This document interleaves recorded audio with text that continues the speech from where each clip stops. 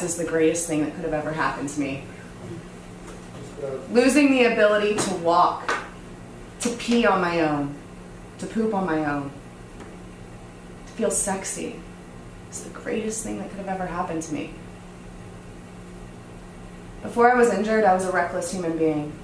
I used people, snorted pills off the back of the toilet, and then go work on kids' braces. I drank every single night. I didn't take care of myself.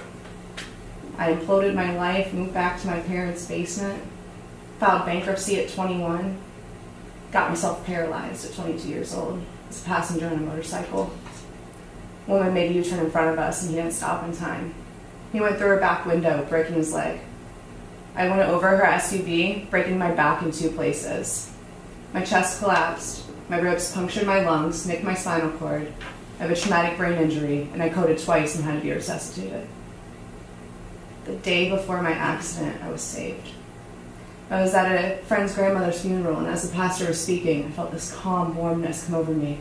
I knew everything was going to be okay. I thought it was with Granny's passing. I was an atheist, right? I didn't believe in anything. I'm like, holy crap, there's a God. And he's going to take care of Granny. No, he's going to take care of me. I saw my own grandmother who passed when I was a child. She looked at me, she said, Jesi May, it's not your time. I can't stay with you and you can't stay with me, but you have things to do and people to get back to. Do you think I listened to her words right away? No. I tried to live my reckless lifestyle for the first year and a half of my injury. I continued to party, continued to drink, continued to use people, got infection after infection, was re-hospitalized twice in my first year of being paralyzed. I'm 22 years old and I'm expected to live until I'm 80. How am I going to do this? I didn't give my life fully to God until the COVID pandemic shut everything down. I ran. I'm a really good runner, just like my mom. I grew up without her. She was an over-the-road truck driver, so my dad raised us. And similar to the speaker before me, being raised by a man who's emotionless is really difficult. You don't know how to deal with your own emotions as a woman. You don't know how to deal with those emotions from other men. And you really struggle to find worth within yourself. So I tried to run from my paralysis. For 5 years straight, I was on a flight almost every week. I was traveling, speaking, doing anything I could to avoid sitting with it. Pandemic comes, we're locked down. My cousin commits suicide. A year before, my niece committed suicide, and both times all I felt was an nagging jealousy. Their life is over, their struggle's over, they don't have to do it anymore. Why am I still here struggling? I asked God, I said, I don't know what my purpose is, but I know I should not be feeling jealousy when someone's life is over.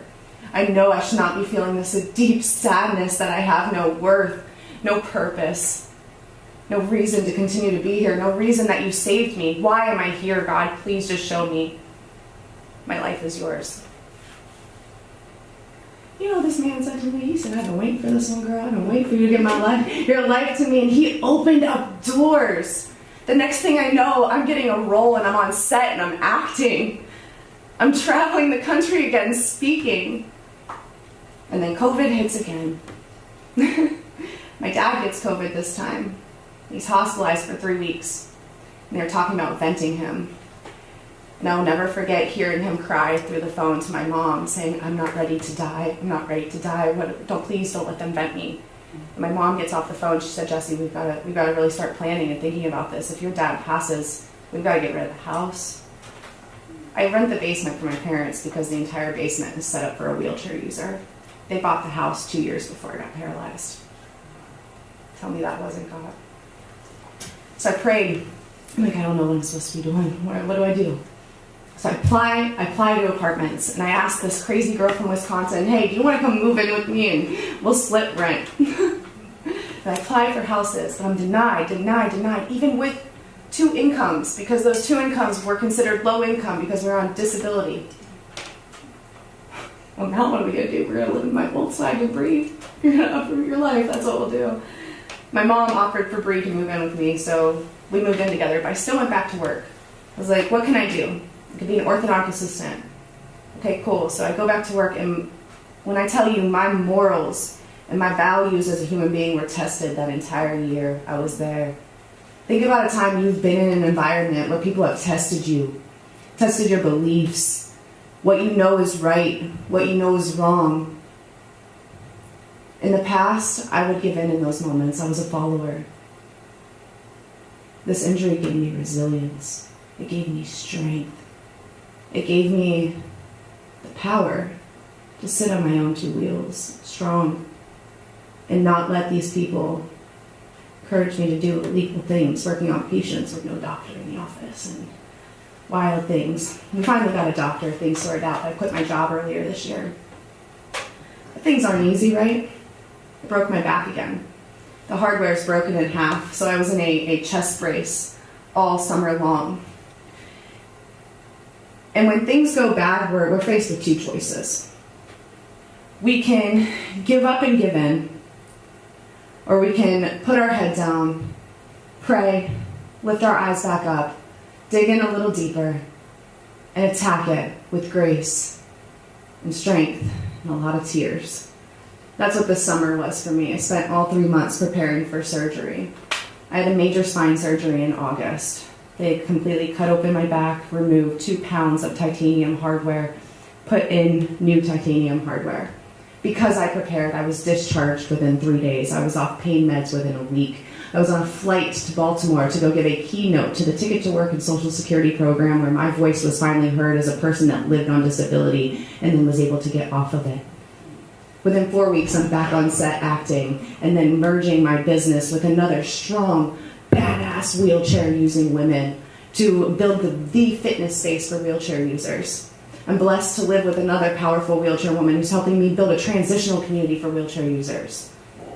See, if I focus on everything that's been taken from me, if I focus on how hard life is and how bad I struggle and those moments where I don't feel like I'm enough, that's what I attract.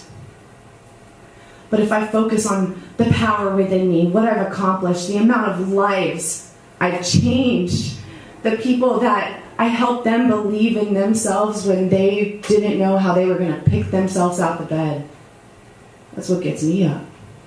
And that's what can get you up too. You have a story. You have a reason for being here. That hard shit you went through, that's your testimony. Because you're not alone in this struggle and you're not alone in this life. And there's someone out there that needs to hear what it is that you have to say. To hear what it is that you've went through. To know that there's a light on the other end. Nothing in life is permanent. Not the people around you, not the relationships that you hold, not your health, unless you're proactive in working on those things. And that includes your mental health, that includes your physical health, that includes the relationships in your life. Everything that you want in life takes work. And if you want to create the life that it is you want to live and lead, put that work in. Put that effort in. Regardless of where you come from, your physical ability, what you think you lack, you don't. Don't wait for paralysis or loss of a loved one to know your worth and your power. You are worthy.